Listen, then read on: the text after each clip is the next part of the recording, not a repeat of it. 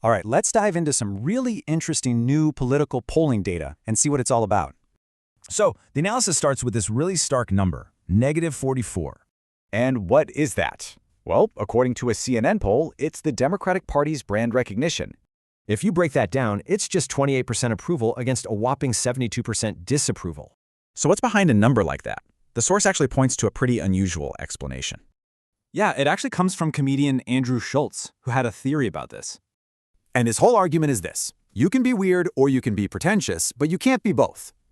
The source basically says this combo becomes, well, vote repellent for a lot of the country. But hold on, that's not the whole story. The data has a warning for Republicans, too. And this warning is all about something called the enthusiasm gap. You know, who's more fired up to vote? And right now, the data shows Democrats seem way more extremely motivated to vote than Republicans. So you've got this really interesting conflict, right? It's policy versus passion. On the one hand, a Wall Street Journal poll shows Republicans with huge leads on big policy issues. But that same poll shows Democrats leading on things like healthcare and just caring about people. And check this out, another poll shows 92% of Trump voters still approve of him. What does that tell us? It suggests both parties have really locked in loyal voter bases.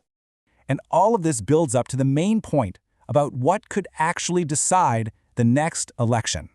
So if everyone's already decided, the whole thing might just come down to voter activation. Who shows up?